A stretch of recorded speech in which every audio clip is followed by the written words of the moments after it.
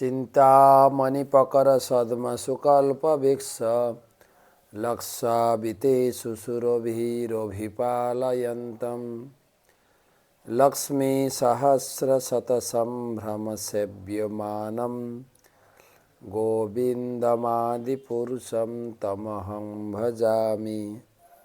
ক্ষীরম যথি তথা বিকার বিশেষ যোগাৎ সঞ্জায়তে ন পৃথগস্তি হেতো যশম্ভুতামপি সতা সমুপৈতি কার্যাৎ গোবিন্দমাদিপুরুষম তমহং ভজামি।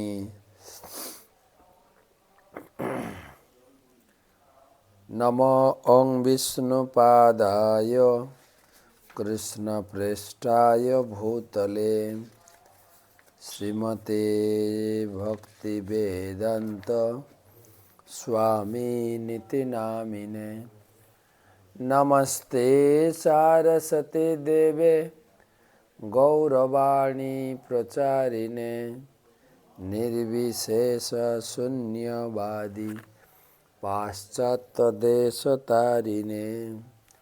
জয় শ্রীকৃষ্ণ চৈতন্য প্রভু নিত্যানন্দ শ্রী অদ্বৈত গদাধর শ্রীবাসদি শ্রী গৌরভক্তবৃন্দ।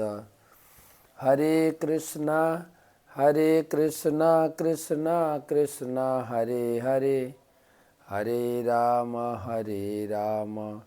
রাম রাম হরে হরে।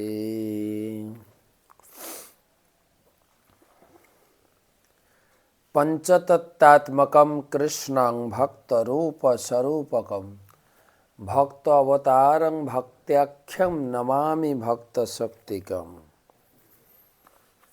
আমরা নবদ্বীপ পরিক্রমা করতে করতে আমরা রুদ্রদ্বীপে উপস্থিত হচ্ছি। প্রথমে সীমন্ত দ্বীপ, গদ্রুম দ্বীপ, মধ্যদ্বীপ, ঋতুদ্বীপ, জন্মদ্বীপ, মদদ্রুম দ্বীপ, এখন আমরা রুদ্রদ্বীপে, আর কালকেই প্রবেশ করে যাব অন্তর্দ্বীপে। আজকে আমাদের পরিক্রমার মাঠে থাকার শেষ রাত্রি। কালকে অন্তর্দ্বীপ দর্শন করে অন্তর্দ্বীপ মন্দিরে ফিরে যাব। তো রাত্রে অন্তর্দ্বীপের কথা শোনাবো। রুদ্রদ্বীপ, রুদ্র মানে শিব, শিবের নাম অনুসারে রুদ্রদ্বীপ। রুদ্র হচ্ছেন ভগবান শিবের অনেকগুলো নাম আছে, তার ভিতরে এই প্রলয় মূর্তি সেই রুদ্র। প্রলয়ের সময় তিনি যে ভাব বা যে স্বরূপ প্রকাশ করেন তাকে বলে রুদ্র। এই রুদ্রদ্বীপ হয় রুদ্রগণস্থান, হেতা রুদ্রগণ গৌর গুণ করে গান। শ্রীনীল রহিত রুদ্র গণ অধিপতি, মহানন্দে নিত্য হেতা করে নীতি নীতি। শিল ভক্তিবিনোদ ঠাকুর লিখেছেন। এখানে এই রুদ্রদ্বীপে রুদ্রগণের রুদ্র 50 রুদ্র আছে, বা কোথাও লেখা আছে 11 রুদ্র, 49 রুদ্র, 11 রুদ্র। শিবের বিভিন্ন প্রকাশ। তিনি এই গৌর ধামে তার জন্য একটা দ্বীপ। এর আগে প্রথম দিন আমরা সীমন্ত দ্বীপের কাহিনীতে শুনেছিলাম। সত্যযুগে এই শিব ঠাকুর কৈলাসে গৌরাঙ্গ গৌরাঙ্গ গৌরাঙ্গ বলে নৃত্য করছিলেন। আর তখন থেকে এই যুগের সত্যযুগের মানে চতুর্যুগের যে সত্যযুগ শুরু, সেখান থেকে রুদ্রের আনন্দ এই কলিযুগে গৌরাঙ্গ মহাপ্রভু নবদ্বীপে আসবেন। আর কি আনন্দ লীলা হবে! সত্যযুগ থেকে তিনি আনন্দ করছেন, গৌরাঙ্গ মহাপ্রভু আসবেন। কৈলাস যাহার প্রভাব মাত্র ত্রিভুবনে, সেই রুদ্রদ্বীপ শোভে নবদ্বীপ বনে। যে কৈলাস, এ কৈলাস ধামটা পুরো চলে এসছেন, রুদ্র নিয়ে এসছেন। এইখানে নবদ্বীপে তিনি পার্মানেন্ট একদম নিত্য নিবাসের জন্য তিনি কুটির বেঁধে রয়েছেন। এমনি তো তিনি তার তো নিজস্ব বৈভব, ভজনের বৈভবে রয়েছে, কিন্তু তার নিজের বাড়ি ঘর তো নেই। তিনি স্বস্বরূপে এখানে আবির্ভূত হয়েছেন এবং সেই সত্যযুগ থেকে তিনি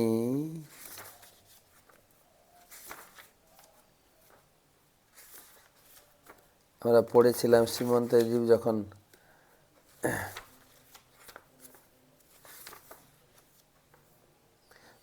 মায়াপুরে অন্তর্ভাগে জাহ্নবীর তীরে গৌরাঙ্গ ভজিব আমি রহিব কুটিরে। আর শিব চলে এসছেন। আর কেন না, এই কলিযুগে কৃষ্ণচন্দ্র নদিয়াতে প্রকট হইবে শচী দেবীর গর্ভেতে। শিরাধিকার অঙ্গকান্তি করিবে ধারণ, ত্রৈলোক্য বিজয় রূপ অতি রসায়ন। জানাইব ভক্তির মহিমা অতিশয়, কহিল তোমারে হইছে নাহি দয়াময়। শিব ঠাকুর পার্বতীকে বলছেন এইরকম দয়ার ঠাকুর কলিযুগে আসবেন, তো আমি এখন থেকে গিয়ে নবদ্বীপের একটা কুটির বেঁধে ভজন শুরু করে দিই। মায়াপুর অন্তর্ভাগে জাহ্নবীর তীরে গৌরাঙ্গ ভজিব আমি রহিব কুটিরে। আর পার্বতী বলেন আমিও যাই। পার্বতী আরেক জায়গায়, নবদ্বীপে পার্বতী আসিয়া এইখানে, আরাধয় শ্রী গৌর সুন্দর ভগবানে। পার্বতী তো সেই রুদ্র যেখানে গৌর আরাধনা করেছিলেন একাদশ মূর্তিতে 49 রূপে, তো তার নামে সেই দ্বীপ।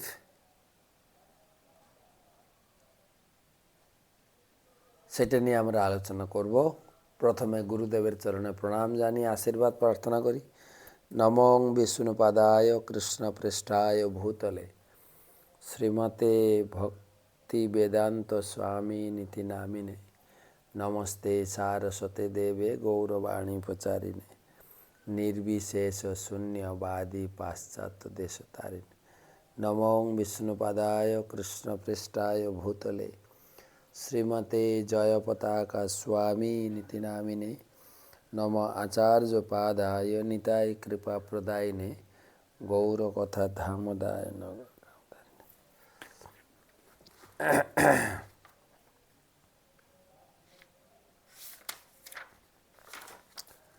তো শ্রুতি ছান্দোগ্য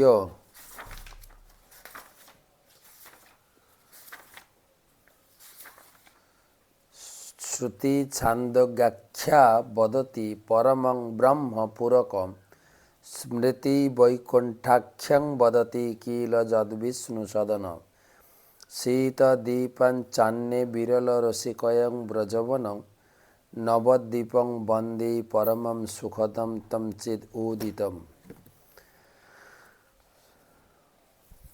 তো এই শিব ঠাকুর, শিব কথাটির অর্থ হচ্ছে মঙ্গলময়। শিব কথাটির অর্থ হচ্ছে মঙ্গলময়। শিব, সদাশিব, শম্ভু, শঙ্কর, রুদ্র, মহাদেব, ভুবনেশ্বর, ত্রিলোচন, পঞ্চানন, পিনাকি, হিমাংশু শেখর, ত্রিপুরারি, পশুপতি, রামেশ্বর, ঈশান, বিরূপাক্ষ, কীর্তিবাস, অসংখ্য নামে পরিচিত। আর এত কিছু হলেও মূলত শিবের মেন হচ্ছেন সদাশিব। তিনি ক্ষেত্রপাল রূপে প্রত্যেকটি ক্ষেত্রের অধিপতি রূপে নিযুক্ত হয়েছে। যেরকম বৃন্দাবনে গোপেশ্বর,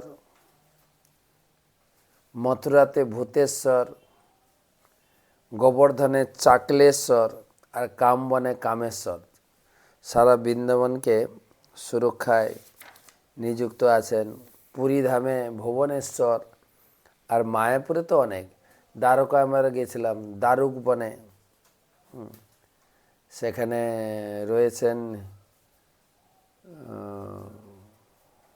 ভুলে যাচ্ছি, আমি বলছি মায়াপুরে নবদ্বীপে তো অনেক বুড়ো শিব, ক্ষেত্রপাল শিব সেখানে দেখা যায়। তো শিবের বিভিন্ন শিবের অনেক প্রকাশ, তিনি এই ধামকে সুরক্ষিত করছে। বৈষ্ণবানাম যথাসম্ভব,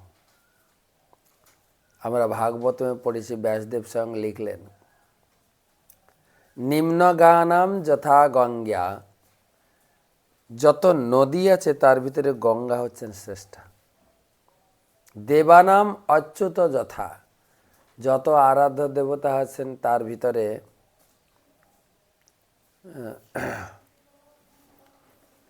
অচ্যুত কৃষ্ণ। বৈষ্ণবানাম যথাসম, বৈষ্ণবদের মধ্যে শ্রেষ্ঠ হচ্ছেন শম্ভু, ভগবানের যত ভক্তমণ্ডলী আছে। আর পুরাণানাম ইদম তথা, পুরাণের মধ্যে হচ্ছে এই ভাগবতম। আবার শিব হচ্ছেন একজন মহাজন, দ্বাদশ মহাজন। আমরা এটাও আলোচনা করেছি যে মহাজন মানে হচ্ছে এই জগতে যাদের প্রচুর পরিমাণে ধন সম্পদ বা টাকা রয়েছে, লোককে লোন দেন, ধার দেন সুদ নিয়ে, সেই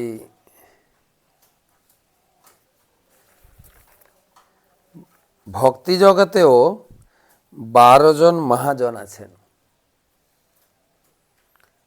স্বয়ম্ভু নারদ শম্ভু কুমার কপিল মনু। স্বয়ম্ভু,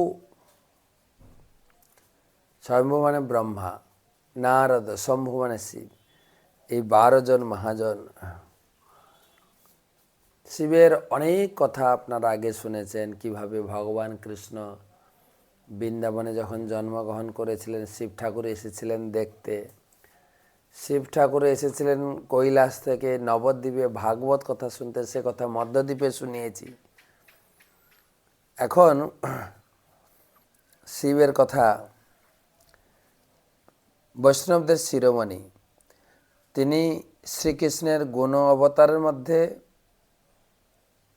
তিনি গণ্য। কারণ কোনো কল্পে শিব বিষ্ণুর ললাট থেকে জন্ম, এবং কল্প অবসানে তিনি রুদ্ররূপ ধারণ করে এই জগৎকে ধ্বংস করেন। শিব একাধারে ভগবান, আবার সরাসরি ভগবান নন, দুটো অর্থে বলা হয়েছে।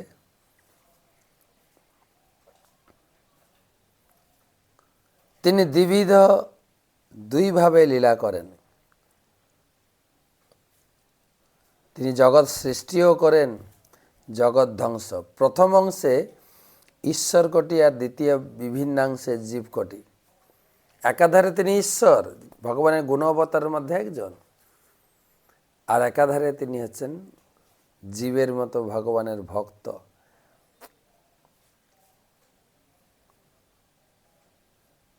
প্রথম রূপে বৈকুণ্ঠে শিব লোকাদিতে সদাশিব নামে খ্যাত।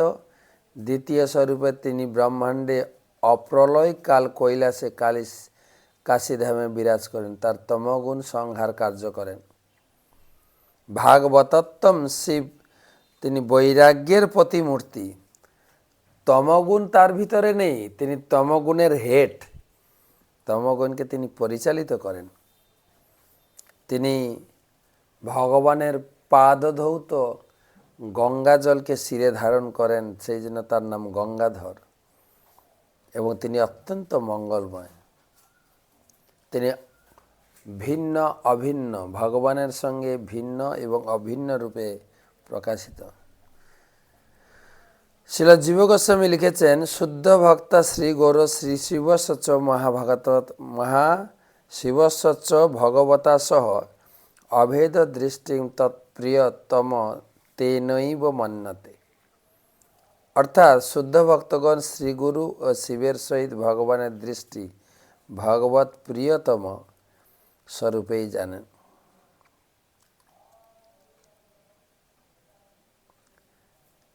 তিনি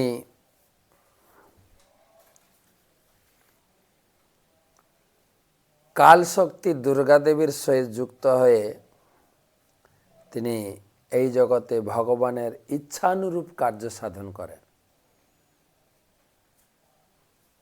যেরকম ভগবানের ইচ্ছায় তিনি মায়াবাদ প্রচার করলেন, পদ্মপুরাণে আছে, মায়াবাদ অসৎশাস্ত্রম পচ্ছনং বৌদ্ধমত, মায়াবাদ অসৎশাস্ত্রম পচ্ছনং বৌদ্ধ উচ্চতে, ময়ৈব কল্পিতা শাস্ত্রম দেবী কলৌ ব্রহ্মণা মূর্তিনা। আমি কলিযুগে ব্রাহ্মণের মূর্তি ধারণ করে মায়াবাদ, শঙ্করাচার্য মায়াবাদ প্রচার করব। ব্রাহ্মণস্য কালরূপম নির্গুণম বক্ষতে ময়া সর্বস্থানম জগত অস্য মোহনার্থ কলৌ যুগে। কলিযুগে আমি একজন ব্রাহ্মণের রূপ ধারণ করি এবং কাল্পনিক মায়াবাদ দর্শন শিক্ষা দিই। নাস্তিকদের প্রতারণা করার জন্য পরমেশ্বর ভগবানকে রূপহীন গুণহীন বলে বর্ণনা করি। ভগবানের ইচ্ছায়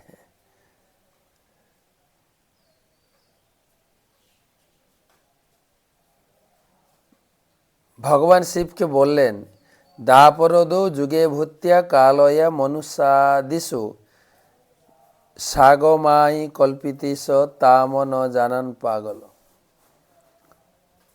কলিযুগে বেদের বিভ্রান্ত করার জন্য কাল্পনিক অর্থ উপস্থাপন করে জনসাধারণকে বিভ্রান্ত করো। ভগবানের ইচ্ছানুরূপে কাজ করেন। ভক্তিবিনোদ ঠাকুর লিখেছেন, মায়াবাদ অসৎশাস্ত্র পচ্ছনম বৌদ্ধমত জানিও ভাগ্যদোষে কেহ তাতে রত। এই মায়াবাদের সম্ভূতে আবার গুণাধিকার ভেদে সাধারণ জীবের শ্রেষ্ঠ হচ্ছেন ব্রহ্মা।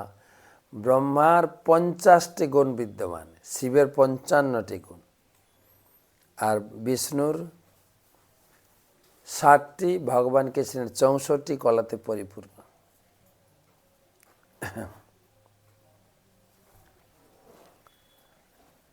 বৈষ্ণব বিচারে শিব পূজা করলে শিব সন্তুষ্ট হয়ে কৃষ্ণ ভক্তি বর এবং শিক্ষক রূপে গুরুর কার্য করে থাকেন। বইতে লিখছেন, শ্রী গৌরাঙ্গ মহাপ্রভু তার লীলাকালে প্রত্যেকটি শিব মন্দিরে যেখানে রাস্তায় পড়েছে, শিবের সামনে গিয়ে উদ্দণ্ড নৃত্য কীর্তন হরিনাম আদি তিনি করেছেন। কিন্তু রাবণ ও পরম শিব ভক্ত ছিলেন, কিন্তু তিনি শিব পূজা করতে গিয়ে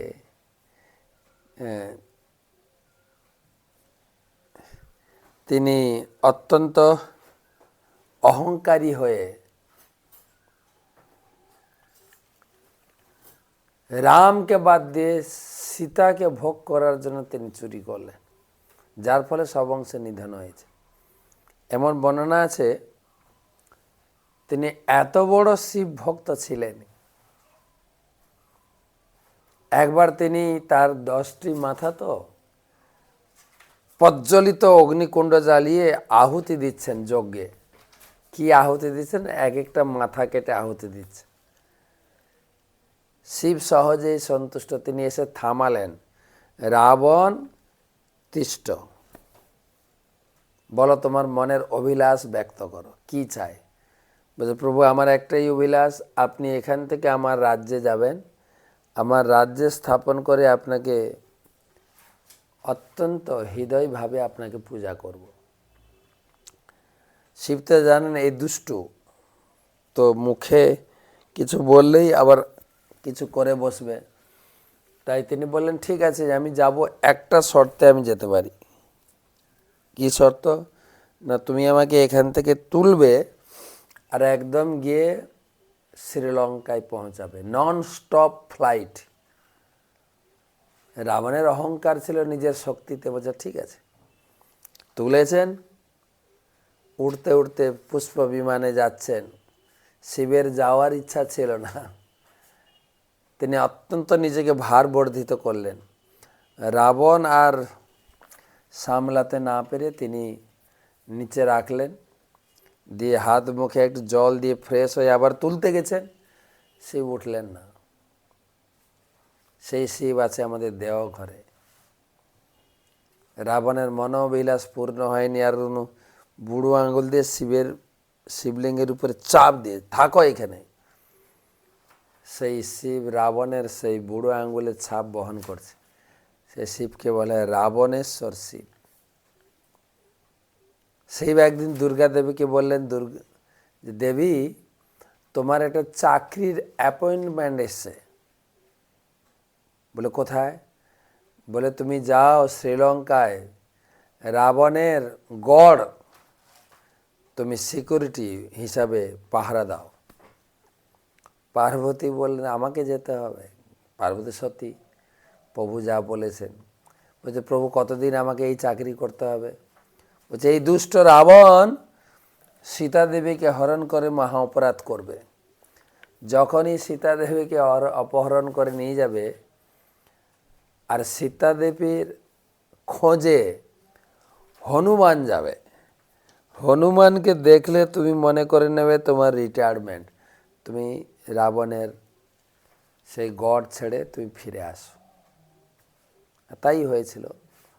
তো সেই শিব ঠাকুরের কথা। তো এই রুদ্রদ্বীপের একটা নাম হচ্ছে রাধুপুরা। রুদ্রদ্বীপের কথা আরও শোনাবো।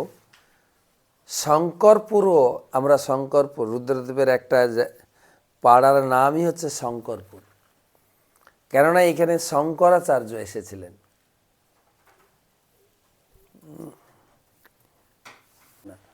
সবাইকে ধন্যবাদ, আপনারা এই নবদ্বীপ পরিক্রমা করছেন মানসে, ঘরে বসে। শুভরাত্রি।